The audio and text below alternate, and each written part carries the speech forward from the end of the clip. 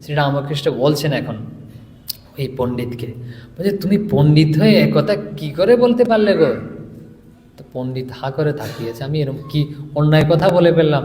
শ্রীরামকৃষ্ণ এরকম বলছে আমাকে, তুমি পণ্ডিত হয়ে সবকিছু জানার পরেও এই কথা কিভাবে বললে গো?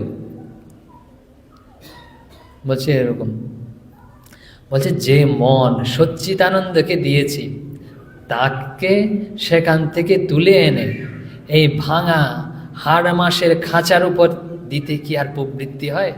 শ্রীরামকৃষ্ণ শরীরকে বলতেন কি হাড় মাংস, মাংস নয় মাছ, হাড় মাংস বলতেন তার ভাষায় আর কি, হাড় মাছের খাতার উপর, খাঁচার উপর। তো এটা তো ভাঙা চোরা এরকম, এর উপর কীভাবে দেবো? যে শরীরকে বলছে, শরীরে কেন দিতে বলছ?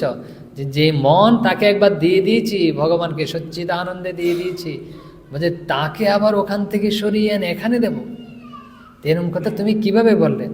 আমরা অনেক সময় কি পড়ি, শাস্ত্র পড়ি, কিন্তু যথাযথ উপলব্ধি নেই যে ভক্তদের কীরকম উপলব্ধি হওয়া উচিত, একজন সাধকের কীরকম যে অনুভব হওয়া দরকার, যে এরকম উপলব্ধি নেই। শ্রীরামকৃষ্ণের জীবন থেকে কীরকম অনুভূতি হওয়া দরকার, যে যে যাকে মন দিয়ে দিয়েছি আবার ওখান থেকে উনি যে অনিত্য বিষয়ে দেব।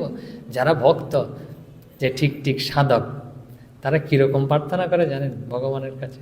হয়তো আপনারা কেউ ভয়ও পেতে পারেন বললেন, তারা প্রার্থনা করে বলছে, হে ঈশ্বর আমি নরকে যাব। কেউ নরকে যাওয়ার জন্য প্রার্থনা করে? বলছে আমার শরীরের উপর যত ধরনের ভোগ হয় হোক, কোনো অসুবিধা নেই, কষ্ট ভোগ, রোগ ভোগ, যা হবে হোক, কোনো অসুবিধা নেই। তারপরে হচ্ছে যত ধরনের পীড়িত আমাকে করতে পারো মানসিকভাবে, শারীরিকভাবে, কোনো অসুবিধা নেই। চৈতন্য মহাপ্রভু প্রার্থনা করেছেন এরকম ভগবানের কাছে। কিন্তু কোনো অবস্থাতেই যেন তোমাকে না বলি। তা আমরা তো নরকে যেতে ভয় পাই, বলছে নরকে যাব, ভগবানের কাছে প্রার্থনা করি। একটু সূক্ষ্মভাবে চিন্তা করুন, বলছে নরক কখন হয়? আমি যদি খুব অট্টালিকায়ও থাকি, অগাধ সুখের মধ্যে, সব ব্যবস্থা আমার জন্য রয়েছে, আমার মনে যদি শান্তি না থাকে না, তাহলে তো তার নরক তুল্যই হলো। দেখুন চিন্তা করে, আপনাদের যখন শরীর মন খারাপ থাকে, আপনাদের যে ঘরটা রয়েছে নিজের ঘর, ওটাই অশান্তি মনে হয়। বিছানাটা খুব খারাপ লাগছে, খুব অসুস্থ হয়েছে, বিছানা আর সহ্য হচ্ছে না, শুয়ে থাকতে পারছি না। কিন্তু যখন মন ভালো থাকে না, তখন ওটাকেই তো একদম খুব আনন্দদায়ক, আরামদায়ক বলে মনে হয়।